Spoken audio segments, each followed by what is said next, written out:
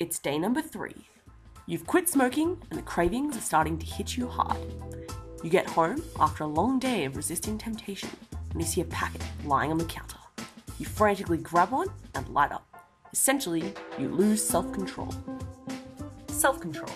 It's the capacity to alter one's own behaviour in order to pursue personal long-term goals and adhere to standards such as values and social expectations. This capacity is central to numerous mental and physical abilities, such as the suppression of impulses and persisting in taxing behaviours. Greater ability to exert self-control has been linked to success in a wide range of psychological, occupational, social, and health domains. So why did you smoke that cigarette?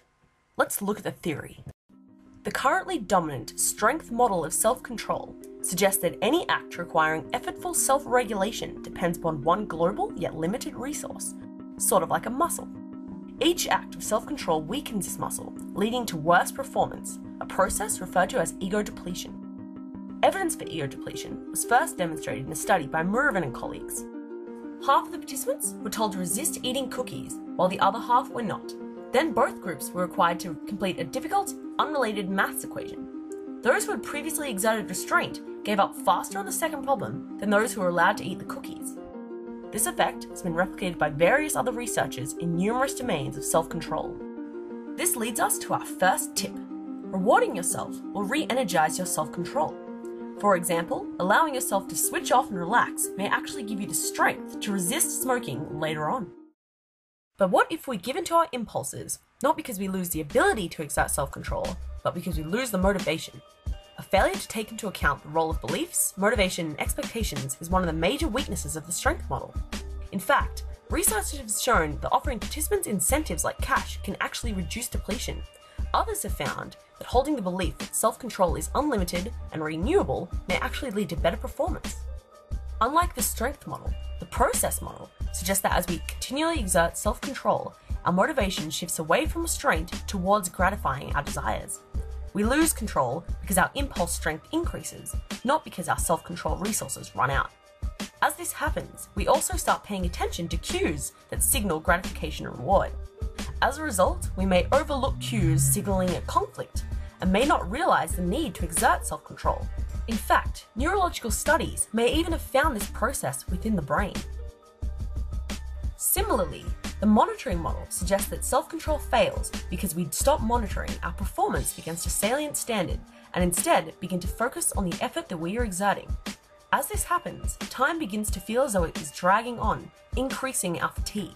Our focus shifts away from overarching goals towards our current impulses. We may even begin to use our feelings of fatigue as a measure of performance rather than the standard we have set for ourselves. This leads us to prematurely abandon the persistence task, even though we have the ability to persevere. These two models provide us with our second tip. Set a standard for your performance before you exert self-control.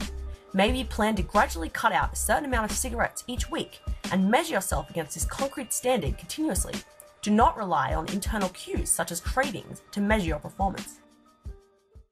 We've all heard the saying, if someone wants to relinquish a bad habit, they must want to do it for themselves. In fact, there may be real truth behind this widely cited truism. Self-determination theory proposes that self-control ability may be increased if we perform a behaviour with the intrinsic interest or enjoyment, and if we feel our behaviour is purely self-regulated and endorsed, and promotes our values and interests. Indeed, you are more likely to resist cigarettes if you're intrinsically motivated by the desire to develop a healthier self, rather than the desire to avoid criticism from others. Research shows that those who quit smoking in a setting that allows them to set their own pace and goals quit with more ease and more success than those who quit in a less autonomous setting. Autonomy can provide us with a sense of aliveness and energy called subjective vitality, which may help restore lost self-control. This leads us to our final tip. Find true intrinsic motivation to exert self-control. Imagining yourself in a future healthier state may be useful, and be in charge by setting your own personal goals. It is important to remember that although self-control is vital to success within everyday life, it is a skill that must be developed over time.